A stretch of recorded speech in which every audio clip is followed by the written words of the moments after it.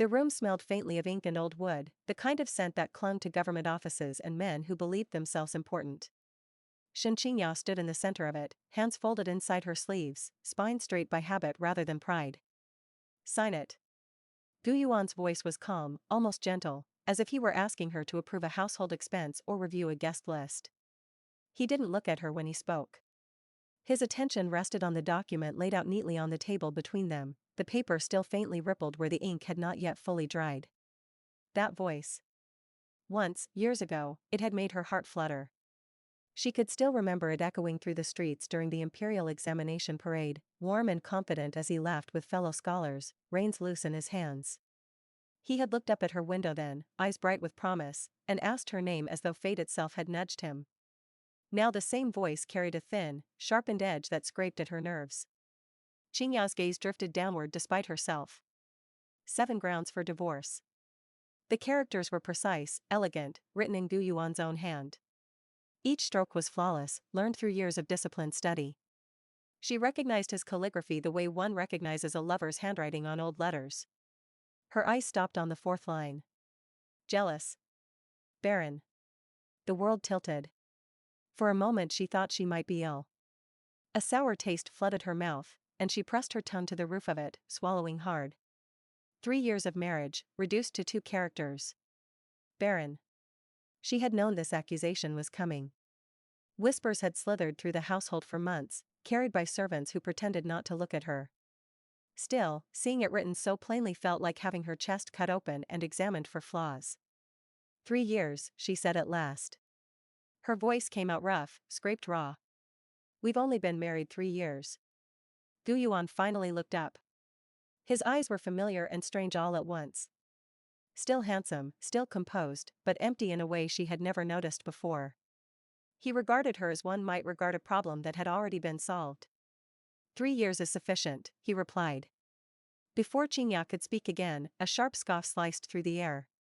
Her mother-in-law sat to Gu Yuan's right, back stiff, lips pinched into a permanent line of disapproval. Sufficient? It's more than generous, the older woman snapped. 3 years without a child. Do you think our Gu family can afford such waste? The ancestral line ends with you standing there. Waste. Qingya felt something inside her go quiet.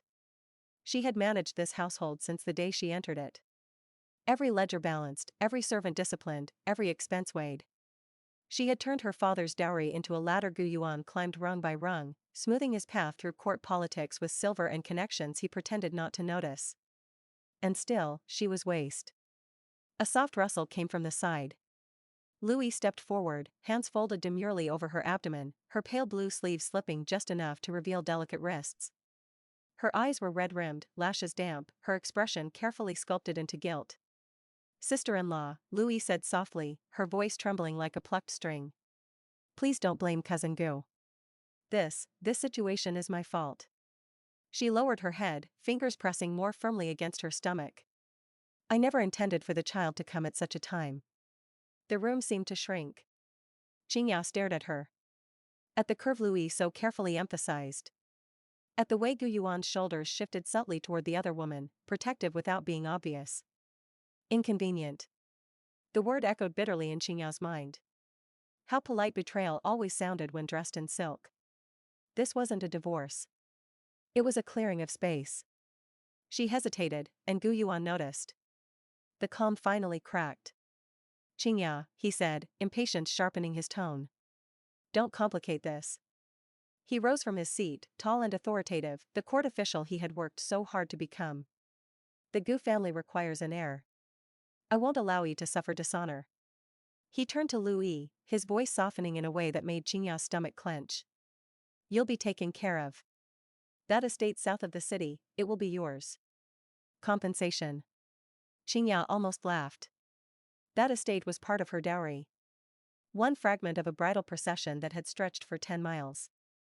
Gold, silver, shops, farmland, contracts. All quietly absorbed into the Gu household and treated as if they had always belonged there.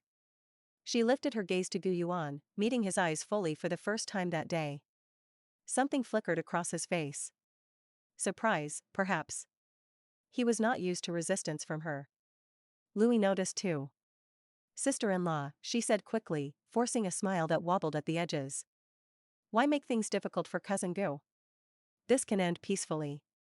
Quiet, Qingya said. The word cut cleanly through the room. Louis froze. Qingya turned toward her slowly, her expression unreadable. Since when do concubines speak during legitimate family proceedings? Louis gasped softly and stumbled backward, clutching at Gu Yuan's sleeve as if for protection.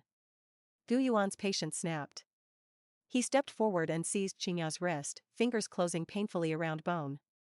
A brush was shoved into her hand, its tip already stained with ink. Enough, he hissed. Sign it. Pain flared, sharp and grounding. Qingya looked down at their joined hands.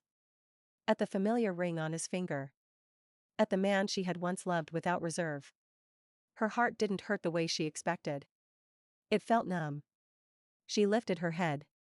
Before she could speak, thunder rolled through the courtyard. Heavy, synchronized footsteps. Armor clinking. A sound that did not belong in domestic disputes. The door burst open. A servant stumbled inside, face drained of color, voice shaking so badly he could barely form words. Madam. Master. Prince Jing's retinue has arrived. They've sealed the gates.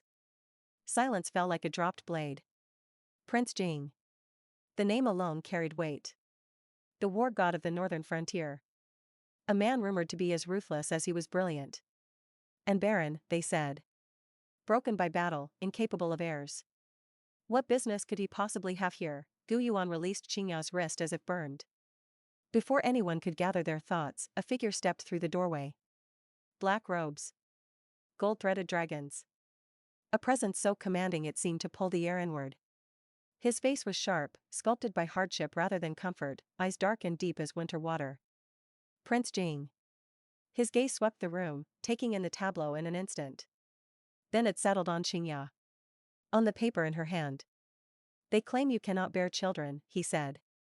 There was no accusation in his voice. Only fact. Heat rushed to Qingya's cheeks. She nodded once. As it happens, he continued evenly, I am likewise unable to produce heirs. Her breath caught. He looked at her fully now, and for the first time in years, she did not feel examined or judged. Only seen. You are barren, he said. I am sterile. He turned slightly, his voice carrying effortlessly through the room. That makes us well matched. Shock rippled outward. Gu Yuan's face went pale. Shen Qingya, Prince Jing said, his tone unhurried. Marry into my household. I will shelter you from every storm. Time seemed to pause. Qingya felt something spark in her chest. Not love. Not trust. Possibility. She thought of the ink drying on the table. Of the years she had poured into a marriage that had discarded her without hesitation. Of the future that waited if she signed. Then she looked at Prince Jing again. Yes, she said. The word landed like a verdict. The Gu household did not erupt after her answer. It froze. Shen Qingya could almost hear the sound of something shattering inside Gu Yuan's chest, a brittle cracking beneath his scholar's composure. His mouth opened, then closed again. No words came. Pride, fury, disbelief, all warred across his face in rapid succession, none of them finding voice. Prince Jing did not wait for permission. He extended a hand toward Qingya, palm open, steady and unadorned. No false tenderness. No urgency. Simply an invitation. Come, he said. The word settled into her bones.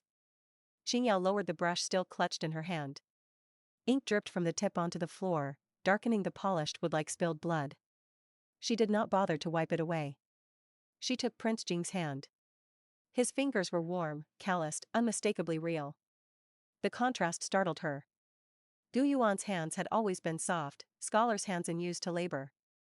Prince Jing's bore the history of steel and rains and long campaigns under hostile skies. As they turned toward the door, Gu Yuan finally found his voice. Your Highness, he said hoarsely. This is a private family matter. Prince Jing paused. He did not turn around at once, which somehow made the moment worse. When he finally did, his gaze was cool, distant, utterly disinterested. She accepted, he said. That makes her mine. The room seemed to lose air. Qingya did not look back. She did not allow herself even the smallest glance at Lu Yi's stricken face or her mother-in-law's trembling rage. If she did, she feared something ugly and unnecessary might escape her throat. Outside, the sky was overcast, heavy with the promise of rain. Soldiers lined the courtyard in disciplined silence, armor dull beneath gray light. They did not stare at her with curiosity or judgment. They stared straight ahead, as if she were already part of the landscape they were sworn to defend. Prince Jing released her hand only once they reached the carriage. "Are you afraid?" he asked quietly. The question caught her off guard. She considered lying. Considered giving him something neat and dignified. Instead, she chose honesty. "No," she said after a moment. "I'm relieved." Something like amusement flickered briefly across his face. "Good," he replied. Fear clouds judgment. The carriage lurched into motion. As the Gu residents disappeared behind them, Qingya finally exhaled fully. Her shoulders sagged, tension she hadn't realized she was holding draining away in a slow, aching wave. She expected triumph. Or vindication. Instead, what she felt was exhaustion. 3 years of careful restraint. 3 years of swallowing indignities with a polite smile. The sudden absence of that burden left her oddly hollow. Prince Jing watched her in silence. "You may rest," he said. "No one will disturb you." She shook her head. "I'd rather not close my eyes just yet." He inclined his head, accepting that without comment. They traveled through the capital without ceremony. No crowds. No announcements. Only the steady rhythm of hooves and wheels and the muted hum of the city beyond the carriage walls. When they arrived, Qingya understood immediately why the palace had the reputation it did. Prince Jing's residence was vast, but spare. Wide courtyards with trimmed hedges left to grow slightly wild. Stone pathways worn smooth by time rather than polish. It felt less like a home built for comfort and more like a fortress that had learned, reluctantly, how to house civilians. Servants lined up to receive them, bows deep but eyes curious. Prince Jing dismissed them with a brief gesture. "Prepare the west wing," he said. "Her rooms are to be adjacent to mine."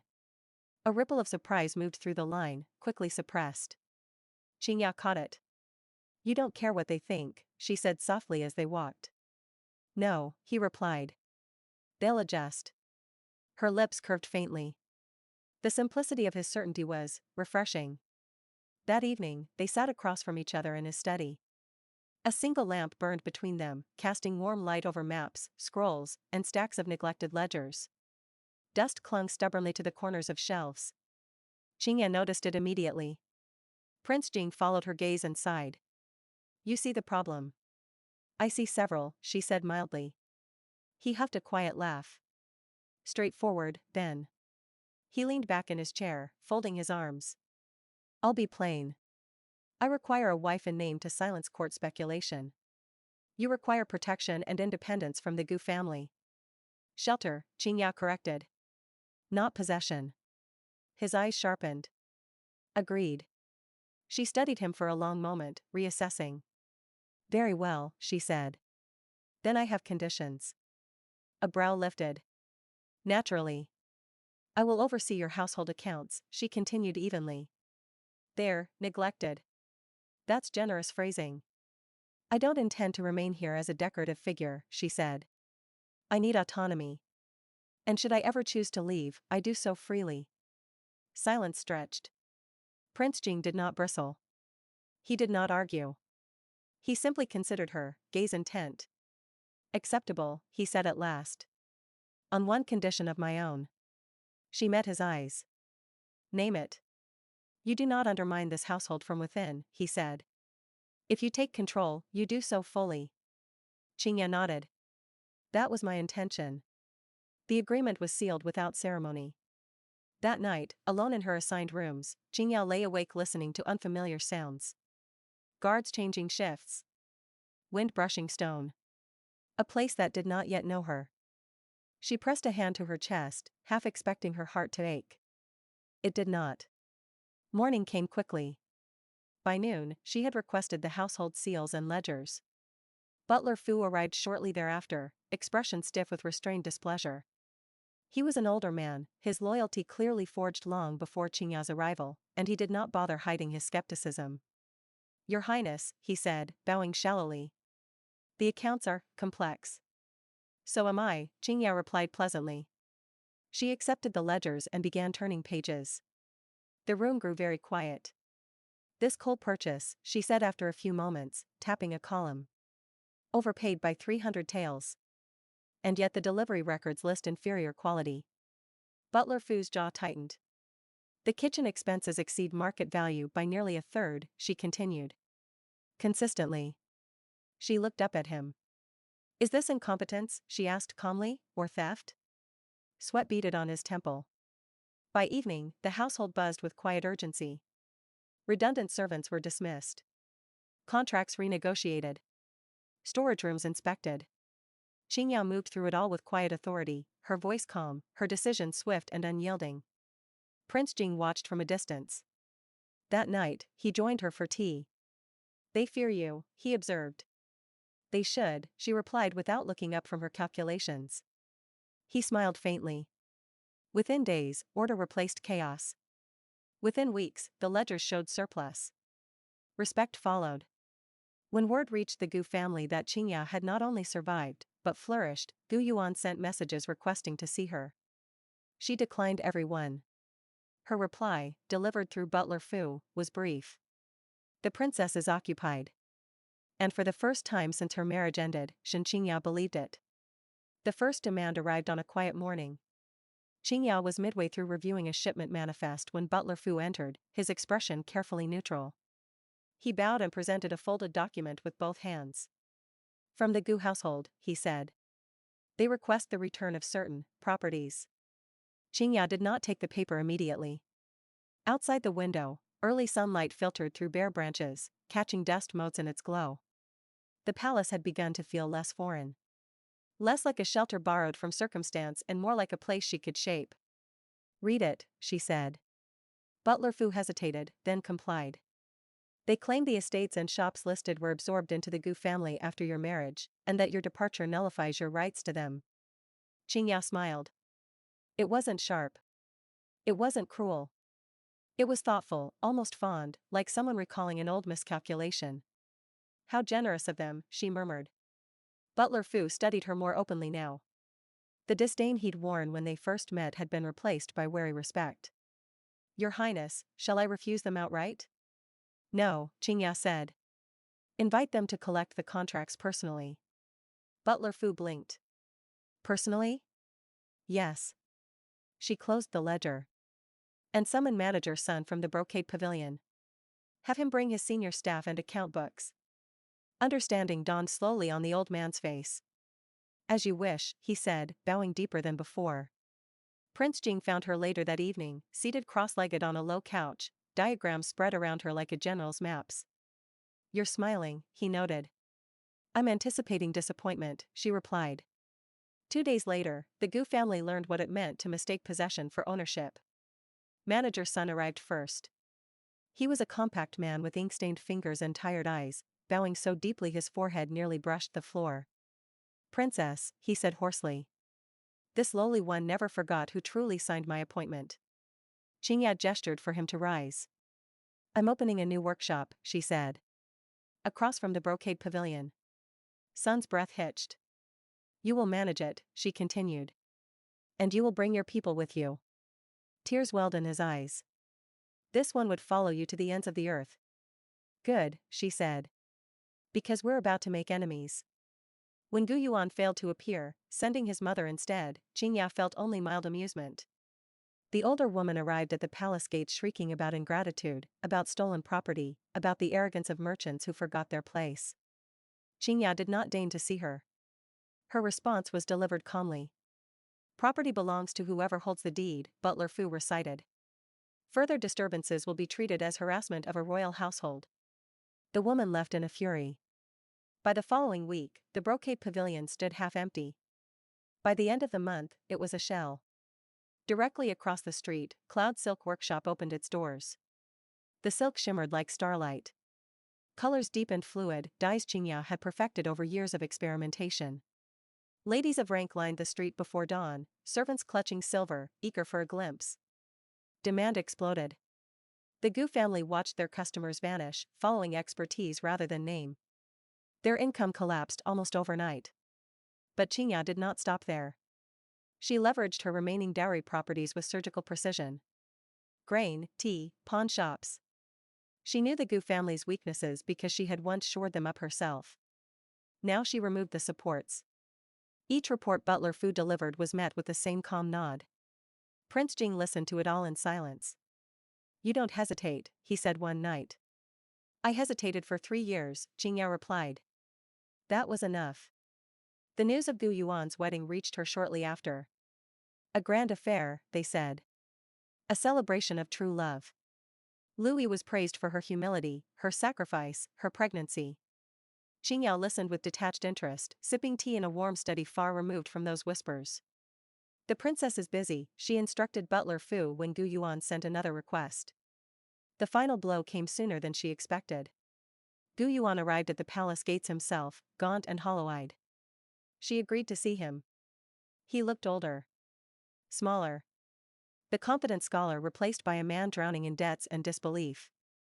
"Qingya," he said, voice breaking. "Name your price." She studied him as one might study a stranger. "The formula is Shen family property," she said evenly. "It was never yours." She closed the door. When she returned to the study, Prince Jing handed her a white chess stone. "Your move," he said. Outside, Gu Yuan's world continued to collapse. Inside, Qingya felt nothing at all. Qingya first noticed something was wrong when she began to sleep. Not the light, careful resting she had grown accustomed to over years of vigilance, but a heavy, dragging exhaustion that wrapped around her limbs and refused to let go. She would sit down to review ledgers and wake an hour later with the brush still clutched in her hand, ink dried into brittle lines. At first, she told herself it was victory's aftertaste. Adrenaline fading. The toll of weeks spent dismantling an empire brick by brick. But the fatigue lingered. So did the nausea. It came in waves, unpredictable and sharp. The scent of ink sometimes turned her stomach. Steamed buns she had once loved now made her throat tighten unpleasantly.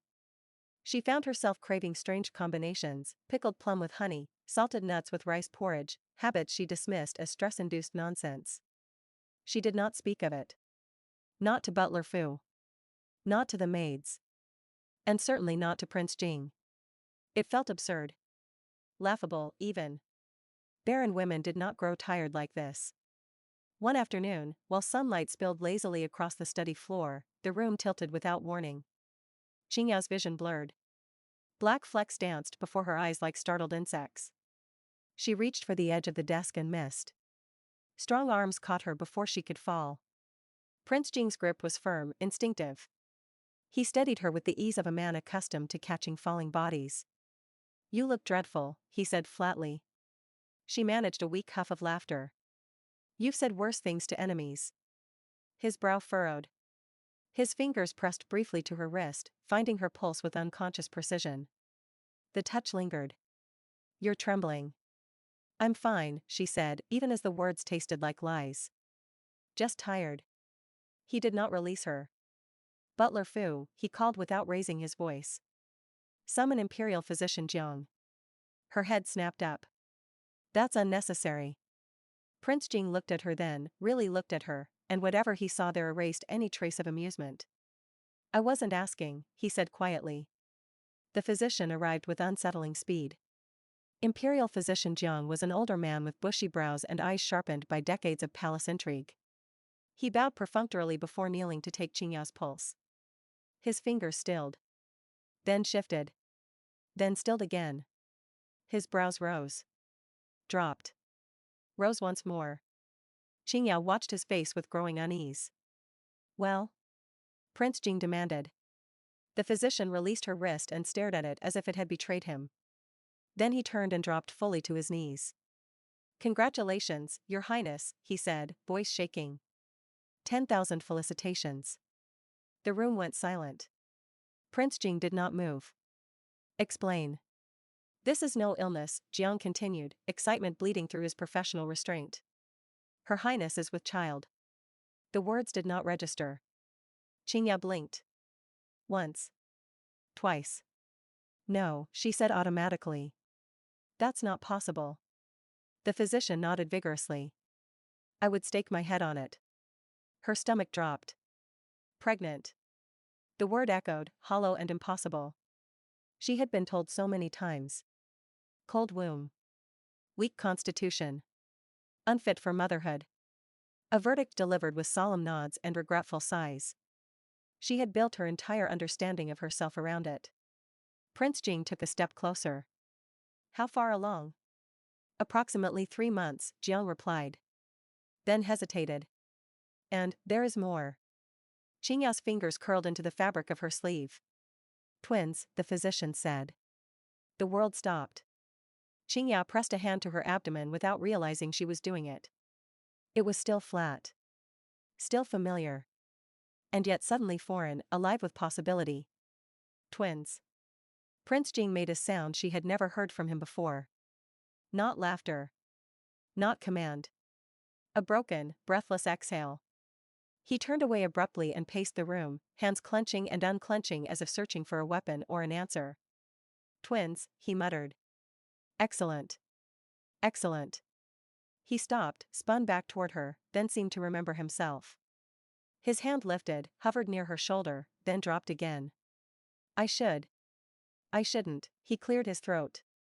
You must rest. She stared at him, numb. The palace erupted within the hour. Servants ran. Butler Fu wept openly.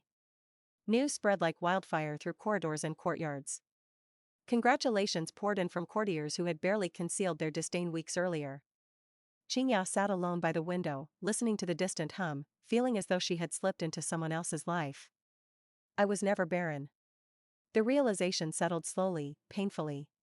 Someone had lied. That night, Prince Jing sat beside her in silence. They ruined you with that lie, he said finally.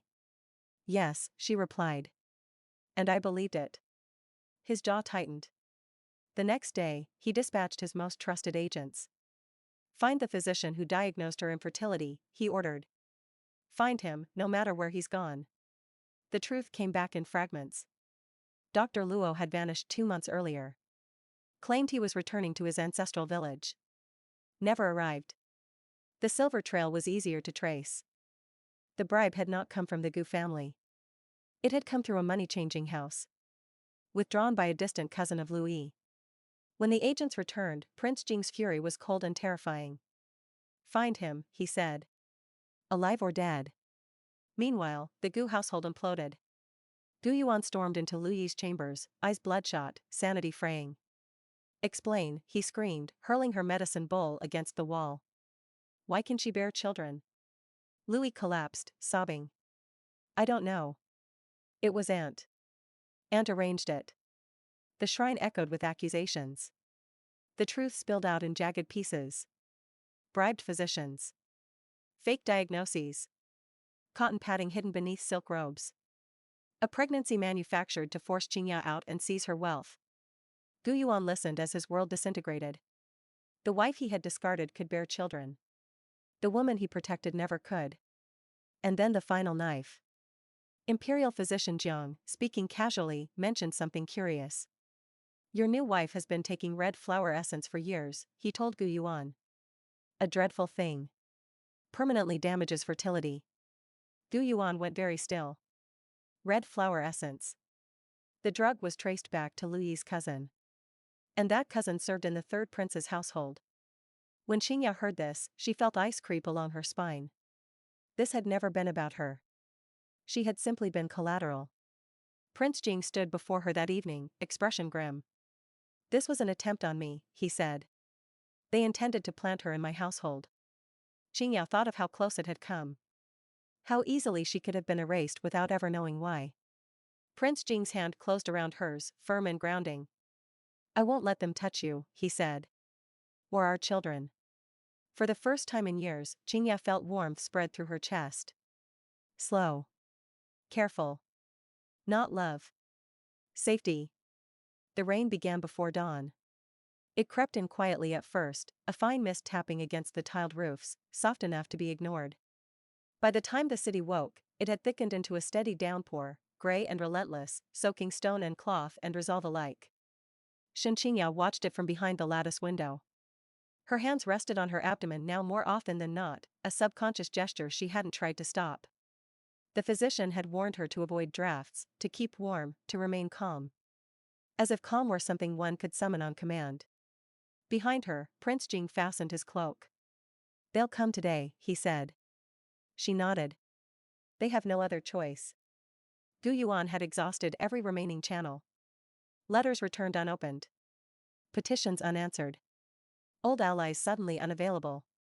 The third prince's name, once whispered with confidence, had become a liability overnight. And now, stripped of shelter, Gu Yuan did the only thing left to him. He came to kneel. The palace gates opened at mid-morning. Qingya did not go to the courtyard immediately. She listened first. To the distant splash of water. To the murmurs of soldiers shifting under armor. To the sound of someone's knee striking wet stone with a dull, final thud. Only then did she move. The rain soaked her cloak within moments.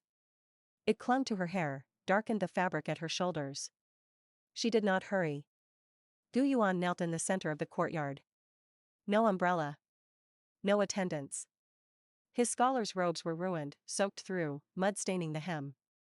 His hair hung loose, plastered to his temples, water streaming down his face in rivulets that made it impossible to tell where rain ended and tears began. When he saw her, his whole body sagged. "Qingya," he said hoarsely. The name sounded wrong in his mouth now. Too familiar. Too undeserved. She stopped several paces away. "Gu Yuan," she replied. She did not call him husband. She did not call him anything else. He bowed until his forehead struck stone. "I was blind," he said. "I was a fool. I listened to liars and abandoned truth." His voice cracked. "Please. I beg you." The courtyard was very quiet. Qingya felt nothing like satisfaction. No triumph bloomed in her chest. Only a distant, weary clarity. "You're kneeling to the wrong person," she said. Gu Yuan looked up, rain dripping from his lashes. Confusion flickered across his face. "I can't undo what you did," she continued. "I don't have that power. And even if I did, I wouldn't use it." He crawled forward on his knees, hands slipping in the water. "I'll divorce her. I'll expose everything. I'll give you everything back. Everything." The word tasted bitter. "You already gave it away," Qingya said softly. "The moment you chose not to believe me." Something inside him seemed to collapse at that. Prince Jing stepped forward then, rain beating on his dark armor like polished stone. "This audience is over," he said. Gu Yuan flinched, but did not move. "Your Highness," he whispered desperately. "She's my wife." Prince Jing's gaze was cold. "You forfeited that claim," he said. "Publicly. In writing." He turned to the guards. "Escort him out." Gu Yuan's head snapped up. Panic surged. "No," he shouted, voice breaking. "Qingya. Please." She met his eyes one last time. For a moment, she remembered the boy beneath the scholar. The laughter. The promise. The version of him who might have chosen differently. Then she looked at the rain-soaked man kneeling before her. "I survived you," she said.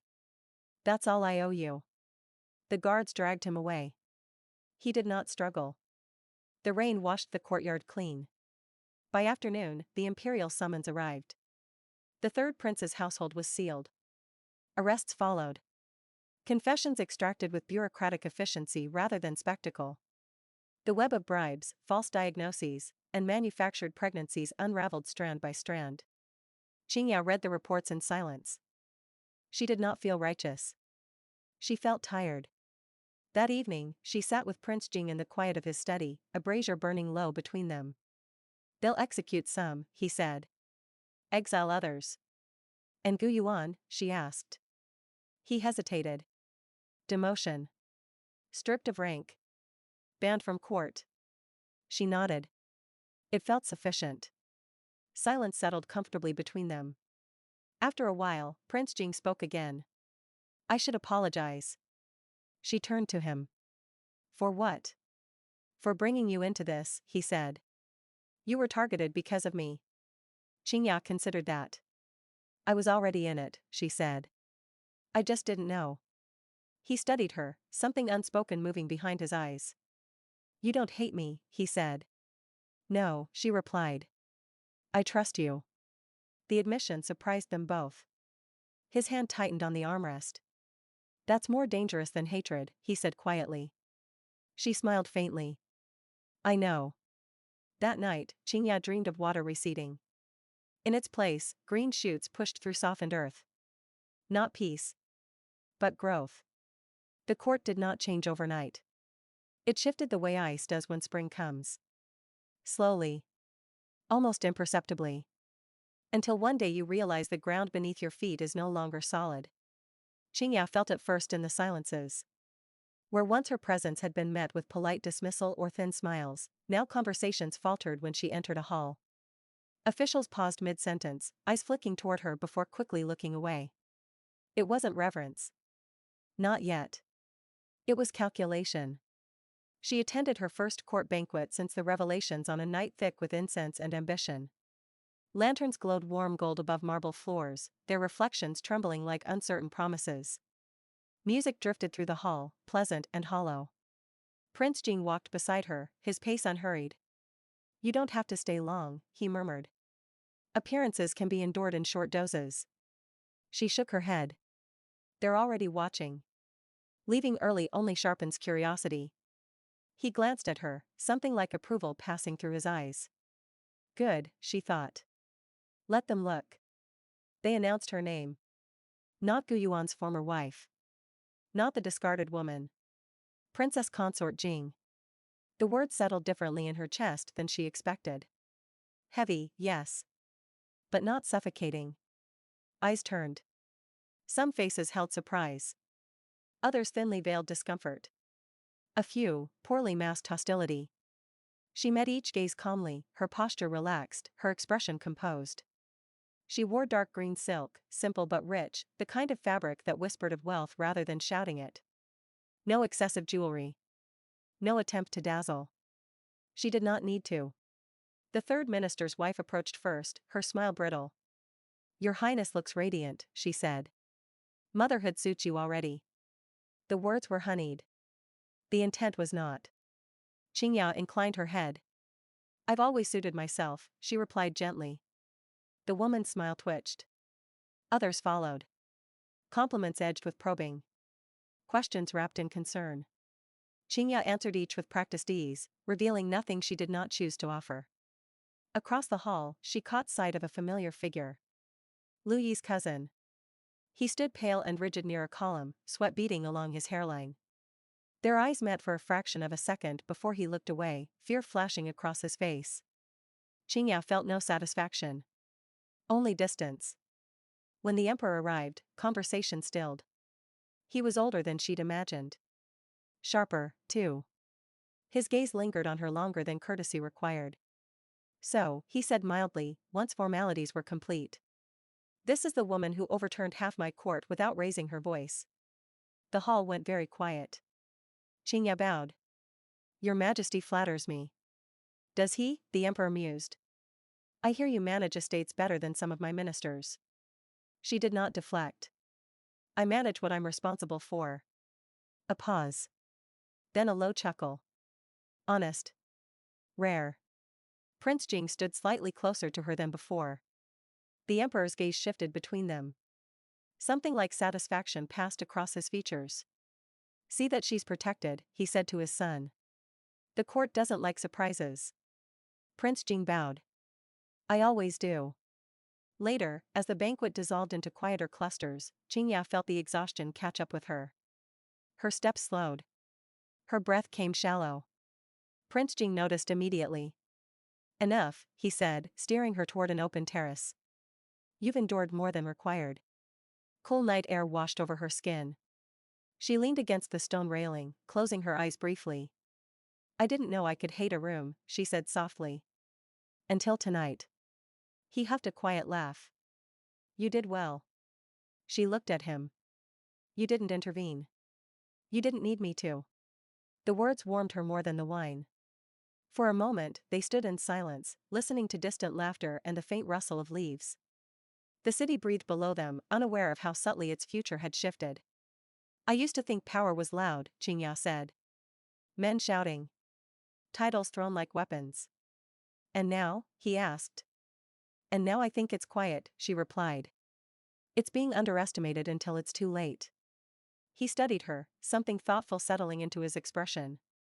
You frighten people, he said. She smiled faintly. Good. When they returned to the palace, a messenger was waiting. Urgent. Sealed. Prince Jing read it once, then again, his jaw tightening. The northern border, he said. Movement. Possibly rebellion. Qingyao felt a familiar chill. You'll go. Yes. The word hung between them. How long? She asked. Months, he said. Perhaps longer. She nodded. She had expected this. War did not pause for domestic stability. Still, something twisted low in her chest. I'll leave the household in your hands, he continued.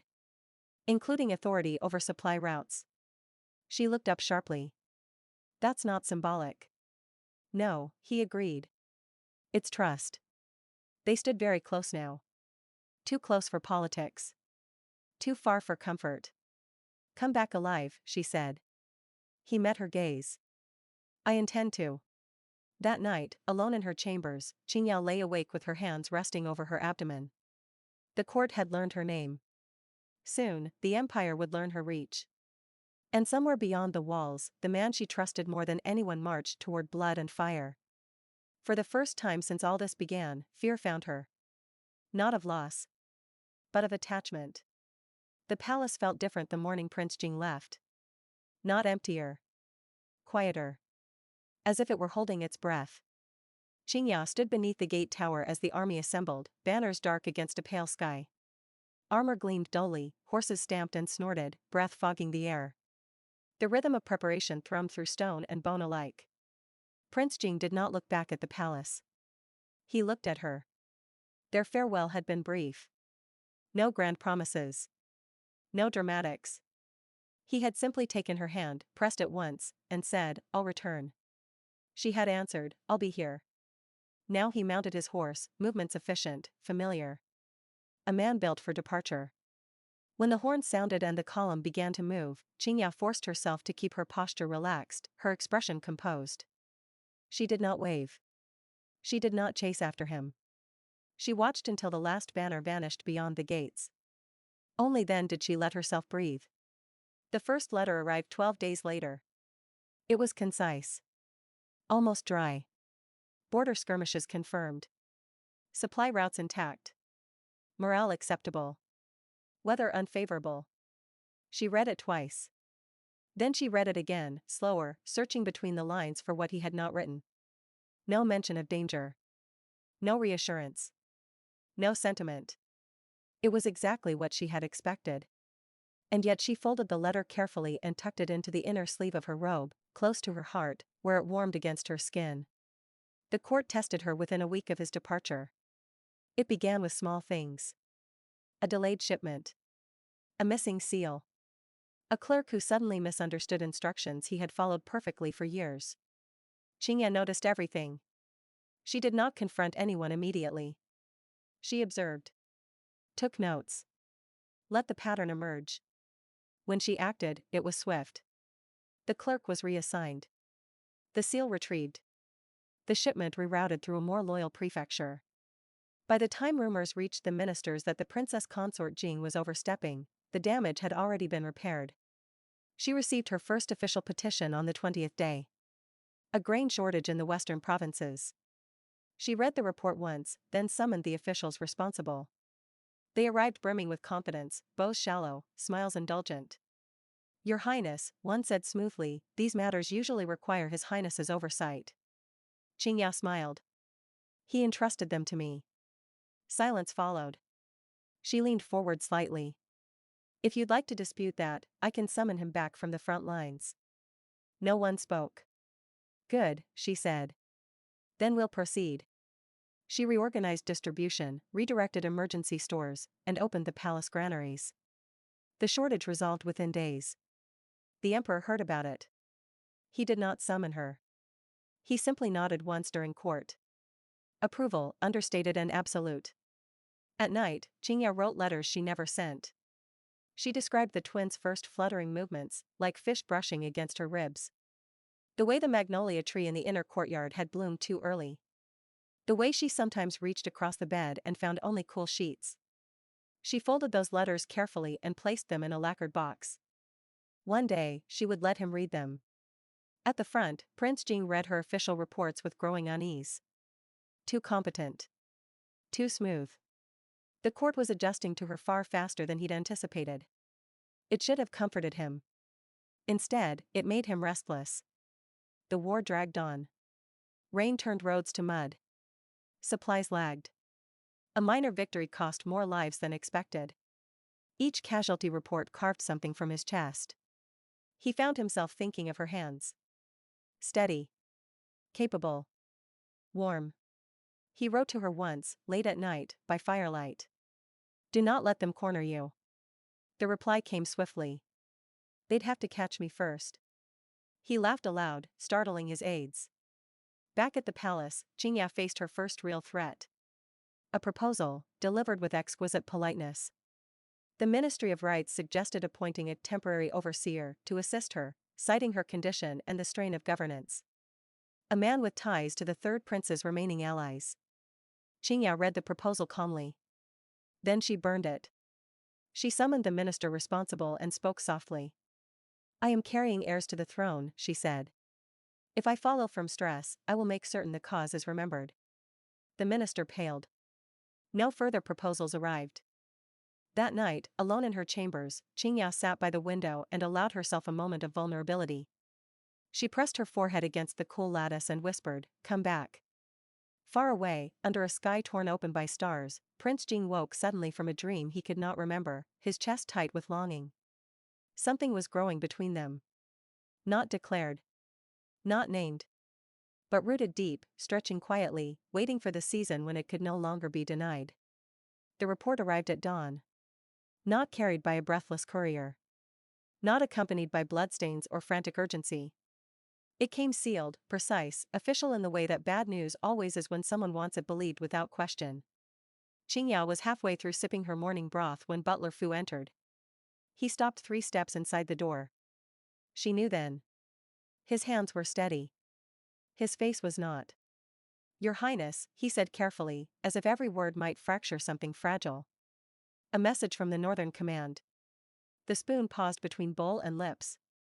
Read it, she said. He did. An ambush near Black Ridge Pass. His Highness led a countercharge to secure retreat for the left flank. Heavy losses sustained. Qingya lowered the spoon. Continue. Butler Fu swallowed. His Highness has not been recovered. The room emptied of sound. Not silence. Emptiness. Qingya felt it like pressure in her ears, like the moment before a storm breaks. She waited for something sharp to cut through it. Pain. Panic. Grief. Nothing came. Define not recovered, she said.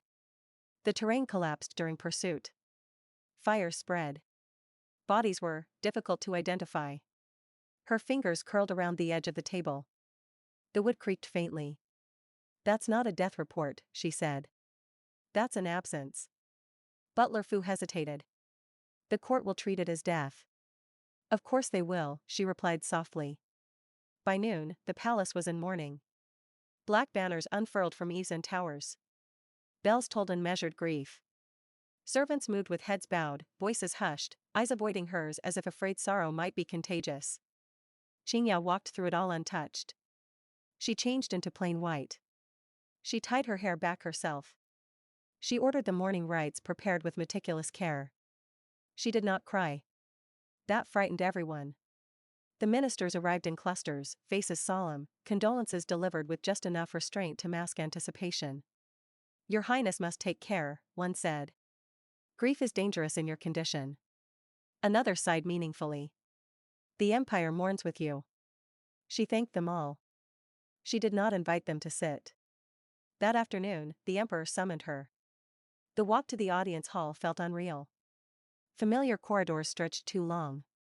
Her footsteps echoed oddly, as if the palace had forgotten how to carry sound. The Emperor watched her approach with a gaze sharpened by experience. You've heard, he said. I have, Qingya replied. He studied her face. You don't believe it? No, she said simply. A flicker of something like relief crossed his features. Or perhaps caution. There will be pressure, he said. Questions about succession. About guardianship. I expected that. You are pregnant, he continued. With heirs whose father may be dead. She met his eyes without flinching. Maybe. The emperor exhaled slowly. Very well. Until certainty is established, you will act as regent of Prince Jing's household and estates. A pause. And, he added, I will not permit anyone to threaten the mother of my grandchildren. That was as close to an oath as he would ever give. By evening, the rumors began. That Prince Jing had died heroically. That his consort was in denial. That the twins would be born fatherless. That the court must intervene for stability. Qingyao listened to it all. Then she summoned the household commanders. She stood before them, white robes stark against the dark wood of the hall. Prince Jing is not confirmed dead, she said. Until I see a body, he is missing. The men exchanged glances. Anyone who speaks otherwise, she continued calmly, is undermining imperial stability. A murmur of agreement followed. She appointed new patrol rotations. Doubled security at key estates. Locked down supply routes. The palace shifted. Not into chaos. Into alignment. Late that night, alone in her chambers, Qingya finally allowed herself to sit. Her hands trembled as she pressed them to her abdomen. Stay, she whispered. All of you. Stay. The tears came then. Silent. Hot. Sliding down her cheeks without sound. She cried not because he might be dead. She cried because she had never once told him she needed him. 3 days later, the second report arrived. This one was unofficial. No seal. No formal phrasing. Just a scrap of paper smuggled through 3 layers of security and placed directly into her hand by a man she did not recognize. It read, He lives. Qingyao's breath left her in a rush so violent it bordered on a sob. Where? She demanded. The messenger shook his head. Unknown. But his banner was seen withdrawn deliberately. That ambush, it was too clean. She closed her eyes. Alive. Somewhere cold. Somewhere dangerous. Possibly injured. Possibly hunted. Say nothing, she ordered. To anyone. The man vanished as quietly as he had come. From that moment on, Qingya moved differently. She stopped behaving like a widow in waiting. She began behaving like a commander. She requested private audiences. Issued quiet orders. Redirected funds not toward mourning rites, but toward intelligence. The court noticed. They whispered. She's too composed. She's consolidating power. She's dangerous. They were right. On the 7th day, the Ministry of War attempted to assume control of Prince Jing's northern assets. Qingya arrived in court wearing mourning white. And the household seal at her waist. You may not, she said calmly. A minister sneered. With respect, Your Highness, this is a military matter. So is my husband's survival, she replied. And until it is disproven, those assets remain mine to command. The emperor watched. Said nothing. The motion failed. That night, Qingya stood alone on the palace wall, staring north. She imagined him moving through smoke and snow. Wounded but stubborn. Alive because he refused not to be. I'm holding everything together, she murmured. So you'd better come back. Far away, under a torn sky, Prince Jing woke with a sharp gasp. Pain lanced through his side. The smell of ash and iron filled his senses. His head rang, vision blurred. He was alive. Barely. A soldier crouched beside him, relief flooding his dirt-streaked face. Your Highness. We thought quiet, Prince Jing rasped. Where's my banner? Hidden. We faked the collapse. Half the enemy thinks you're dead. Good. His first thought, unbidden and fierce, was of her. He clenched his jaw against the pain. Send word, he ordered. To no one but her. Back in the palace, Qingya felt it then. A strange certainty. Not hope. Recognition. Something in the world had shifted back into place. He returned at night. No banners. No announcements. No clatter of armor or trumpet calls. Just a single shadow slipping through the outer gates under cover of rain, escorted by men who knew better than to look relieved. Qingyao was awake. She had been awake for hours, sitting by the low table in her chambers with an untouched cup of tea cooling beside her. The palace had taught her to recognize its sounds. Tonight, something was different. A subtle wrongness. A hesitation in the guard's footsteps. Her heart began to race before her mind caught up. The door opened quietly. For one suspended moment, neither of them moved. Prince Jing stood just inside the threshold, travel-worn, wrapped in a dark cloak that hid most of his injuries but not the pallor of his skin. His hair was loose, his face leaner, sharper, as if something essential had been carved away and reforged. Alive. The word rang through her like a bell struck too hard. She rose so quickly her chair scraped loudly against the floor. "You're late," she said. Her voice did not shake. Something eased in his expression. The tension in his shoulders loosened, just a fraction. "I had to make sure no one followed," he replied. "You shouldn't be seen with me yet." She crossed the room in 3 steps and stopped an arm's length away. For the first time since she had known him, she did not know what to do with her hands. "You look terrible," she said. He huffed softly. "I've been told." The light from the lamp caught the edge of dried blood at his collar. A faint limp became obvious now that he wasn't trying to hide it. Anger flared, sudden and sharp. "You were supposed to come back," she said. "Not disappear." "I did come back," he said gently. Just, not loudly. She stared at him, chest tight. "I thought you were dead." The words slipped out before she could stop them.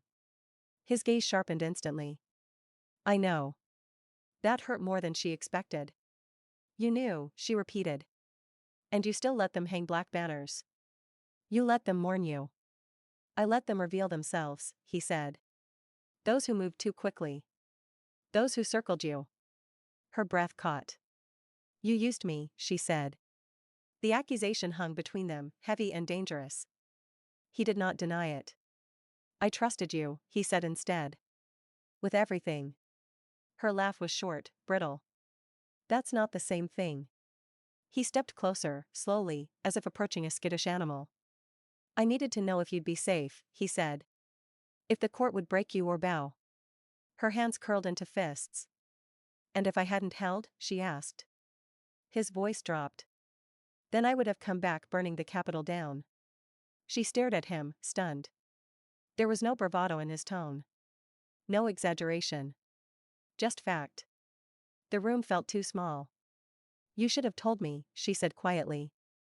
"I wanted to," he replied. "Every day." Silence fell, thick and fragile. Then, unexpectedly, her knees buckled.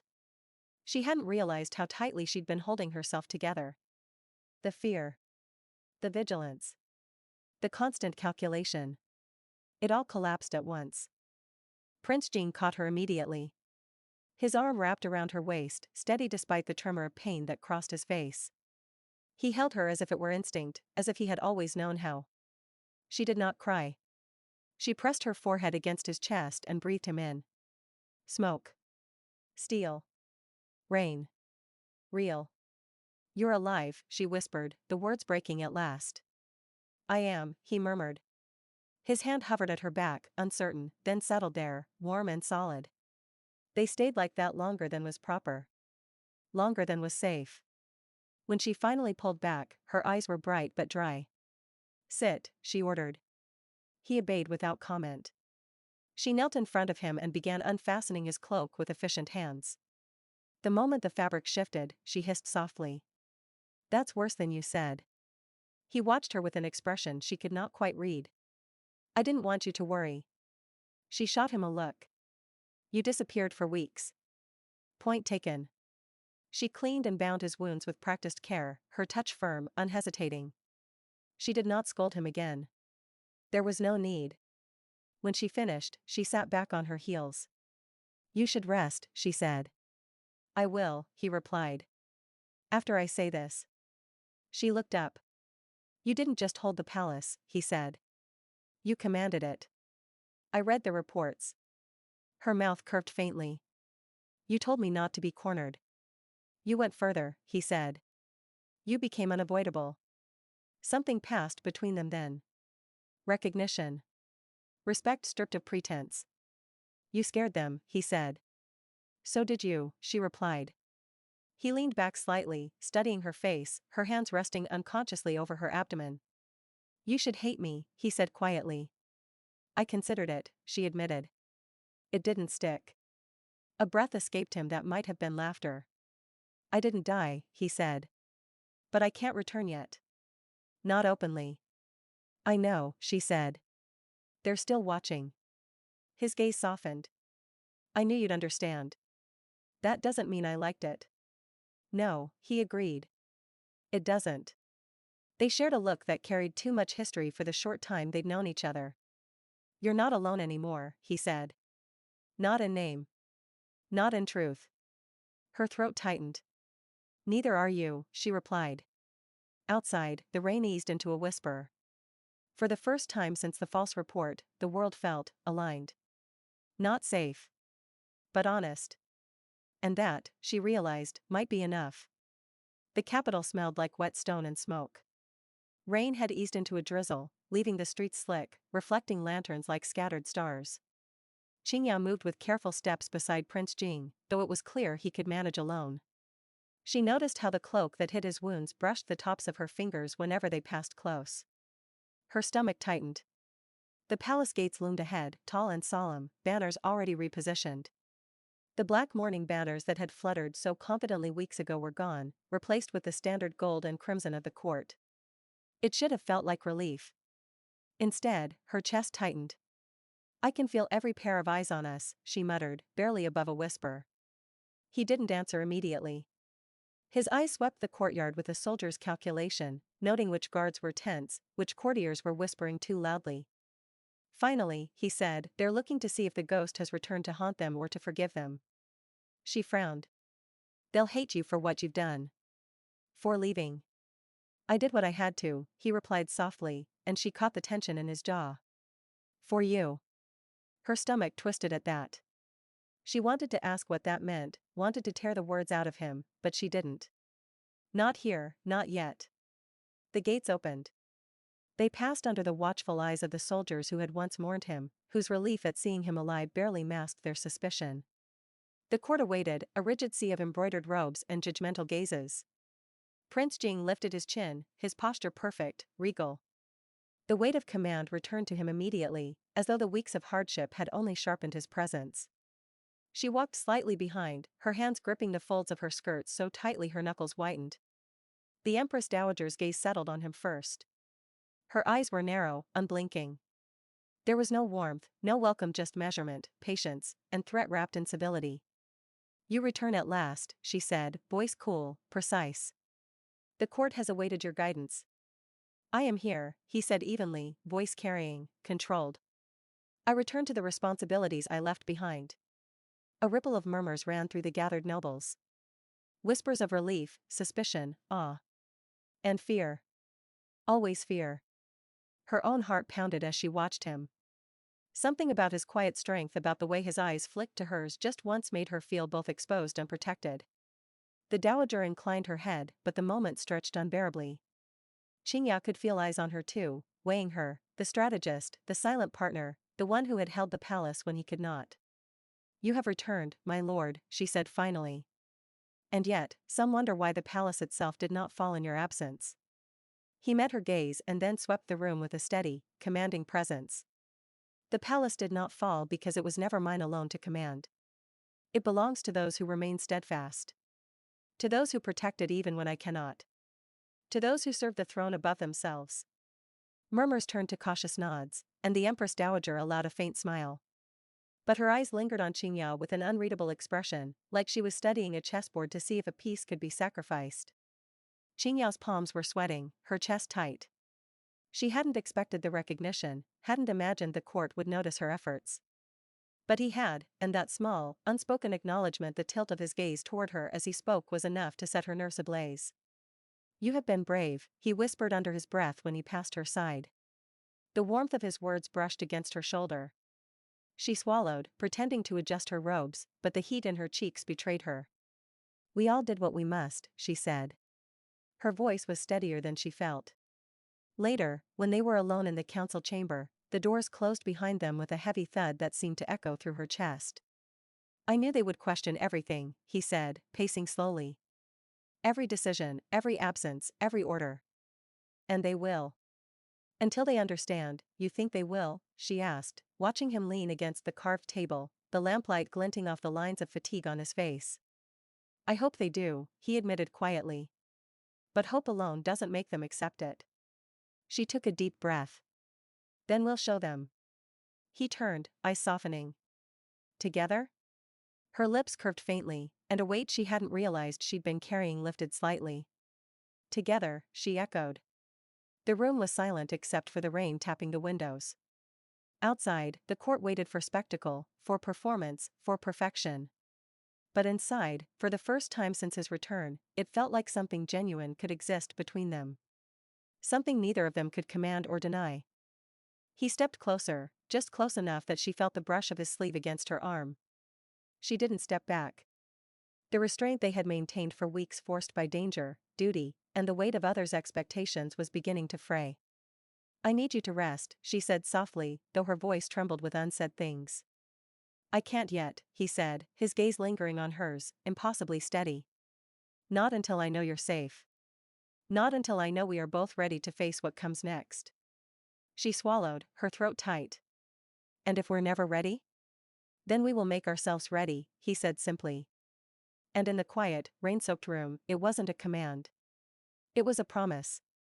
For a moment, the world outside the court, the whispers, the shadow ceased to exist. There was only this fragile, dangerous closeness between them, a thread they had to follow carefully, knowing that any misstep could unravel everything. And yet, in that moment, for the first time, they were not afraid of it. Not entirely. Winter's chill had softened into the tentative warmth of early spring, though the capital still carried a frosted, silvered edge. Sunlight streaked through the palace windows in long, golden shafts, illuminating the quiet grandeur of Prince Jing's inner hall. The palace, once a place of rigid austerity under the weight of duty, now hummed with life, yet beneath the serenity, tension lingered like a taut string. I walked beside Prince Jing, my hands lightly brushing the carved banister as we descended the marble steps toward the throne room. The air smelled faintly of incense, mingled with the earthy scent of snow melting outside. Jing's presence beside me was steady, grounding, yet I could feel the subtle vibration of anticipation beneath his composed exterior. This day would mark not only the culmination of years of personal vindication but the opening of a new chapter in our lives, political, personal, and eternal. "You've grown stronger," Jing said softly, not looking at me, his dark eyes tracing the intricate floor patterns. "Stronger than even I anticipated." I smiled faintly, the warmth in his tone brushing away the residual shadows of my past. "Strength was never a choice," I said. "It was survival. You taught me that power isn't given, it's claimed, step by step." He finally met my gaze, and I saw the reflection of both pride and admiration in those ancient pool eyes. "And yet, you temper it with wisdom. That is what will save this dynasty, not just me." I nodded, though a flutter of nervousness gripped me. Today, the court would convene to formally acknowledge our joint authority. I would sit at the emperor's side, not as a silent consort, but as a co-ruler, bearing the mantle of responsibility for the entire empire. The enormity of it made my chest tighten. Years of preparation, strategy, and painstaking navigation through treachery had led to this. The hall was massive, columns carved with dragons curling toward the painted ceiling, their eyes gleaming in the flickering torchlight. Courtiers and ministers lined the sides, whispering among themselves. Some eyes were wary, some skeptical, others openly hostile. But none dared breathe a word against the emperor himself or the war god who had secured peace along the northern frontier. As we entered, a hush fell. Jing took the emperor's hand in a subtle bow of respect, then turned toward me. "You may proceed," he murmured, and I felt a surge of calm, bolstered by the quiet confidence in his support. I stepped forward, each footfall measured, my silk robes brushing the polished floor. My twin sons, now almost a year old, were carefully tended in the adjoining chambers, their laughter and cries distant but ever present in my mind as a reminder of what had been reclaimed and what had been built. I raised my chin, voice clear and steady, echoing through the vaulted hall. Your Majesty, I began, for years, the Empire has relied upon tradition, precedent, and caution. I ask your trust not in defiance of those traditions, but in service to them. I stand before you, not merely as a wife, nor as a mother, but as one who has witnessed both the fragility and potential of this realm. The court, the treasury, the army, these are not mere abstractions. They are lifelines for our people, and I am prepared to uphold them alongside Prince Jing. A murmur ran through the assembly, some nodding, others shifting uncomfortably. The emperor's gaze, sharp and piercing, studied me, weighing intention and resolve. You speak boldly, he said. Boldness alone does not make one fit for governance. I inclined my head slightly, the confidence I had cultivated over the last decade settling like armor around my shoulders. Indeed, Your Majesty. Yet results speak louder than words. During Prince Jing's campaigns, while he secured the northern frontier, I have maintained the palace, stabilized the economy, and protected the people from bureaucratic neglect. I have acted with both prudence and decisiveness. Let my record speak. The ministers exchanged uneasy glances. Some grudgingly recognized my efforts, others could not hide their disdain. I could feel their skepticism like a physical weight pressing against my chest. But Jing's hand brushed briefly against mine, a grounding touch, and I drew strength from it. The emperor finally inclined, eyes narrowing. Very well. You shall sit at my court as advisor and co-ruler. But understand this, the balance of power is delicate. The empire is vast, and even the smallest misstep could imperil thousands. I understand, Your Majesty, I replied, voice unwavering. And I accept this responsibility fully. I will not fail. The emperor's lips curved into the faintest, approving smile. See that you do not. With that, formal recognition was given. Court protocol bowed, and I took my appointed seat beside Jing, feeling the weight and exhilaration of authority settle around me. It was more than symbolism, it was a statement to every faction, every minister, every noble. The empire had a new axis of power, and it would not be shaken by petty scheming. But recognition was only the beginning. Behind the scenes, the remnants of those who had plotted against me still lingered, though diminished and fractured. Intelligence reports indicated that the third prince's allies were scrambling, attempting to regroup after their schemes had spectacularly failed. Jing and I had anticipated this, and our countermeasures were already in motion. Over the next weeks, I implemented sweeping reforms. Taxes were adjusted to ease the burden on the peasantry, and state resources were allocated to rebuild infrastructure damaged during prior conflicts. Grain storage and distribution networks were revamped to prevent famine and corruption. Military logistics, previously rigid and wasteful, were streamlined to allow rapid response to threats without overextending the treasury. Each decision was calculated, each policy designed to consolidate both imperial authority and public trust. Through it all, Jing remained beside me not as a shield, but as an equal partner. He deferred to my judgment in administrative matters while I deferred to his in military strategy. Our partnership was symbiotic, born not from convenience or passion alone, but from mutual respect forged through years of adversity. And yet, amidst these monumental tasks, life continued in its small, beautiful details. My sons grew rapidly, their laughter and curiosity infusing the palace with vitality. Jing would sometimes pause his work to play with them, rough hands gentle as he lifted one child to sit on his shoulder, murmuring plans for their future. Watching him, I felt the profound depth of what we had built, not just an empire, but a family grounded in love and mutual support. There were moments, too, when the past intruded. Xu Yuan's downfall, Lu Yi's exile, and the public humiliation of my former mother-in-law were all constant reminders of the treachery I had survived. But those shadows no longer held sway over me. Each time I reflected, I felt a quiet satisfaction not from vengeance alone, but from the extraordinary life I had carved from betrayal and loss. Their fates were settled, their threats extinguished. I was free. Even as peace settled, new challenges arose. Foreign envoys sought trade agreements, rival factions tested our policies, and subtle whispers of dissent permeated the court. But Jing and I faced these as one. Our strategies, honed through a decade of survival, were precise, and our combined authority left no room for doubt. Every move we made was deliberate, every decision fortified by experience and trust. One evening, as the setting sun painted the palace walls in amber hues, I sat beside Jing in our private study. Our sons played quietly nearby, their innocent laughter a stark contrast to the machinations of the court. Jing reached for my hand, fingers entwining with mine in a familiar rhythm. Chingwa, he said softly, do you ever reflect on how far we've come?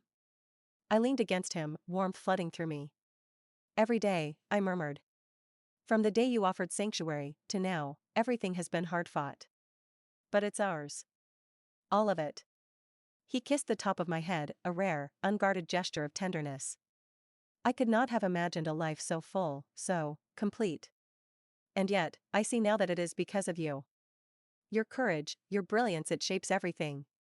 I smiled, feeling tears prick at the corners of my eyes. And it's because of you, too. Not just protection, but trust. Belief in me when no one else did. That is what allowed me to rise. The golden light of the evening pooled around us, softening the lines of power and responsibility, leaving only quiet contentment. We were no longer merely survivors of a treacherous court, no longer the target of jealousy and deceit. We had ascended, not by chance, but through deliberate, steadfast action. We had built a life and an empire where love, respect, and intellect were inseparable from authority. And as the day faded into night, I realized the ultimate truth: the greatest triumph is not revenge, nor wealth, nor power alone. It is the creation of a life so extraordinary that past betrayals become irrelevant, their echoes powerless against the radiance of what one has forged. The empire, our family, and our legacy were secure. The past, once a shadow over my heart, had become a distant memory. And in that serene, amber-lit room, with Jean beside me and our children's laughter echoing through the halls, I understood that we had achieved the ultimate victory, not merely over enemies, but over fate itself.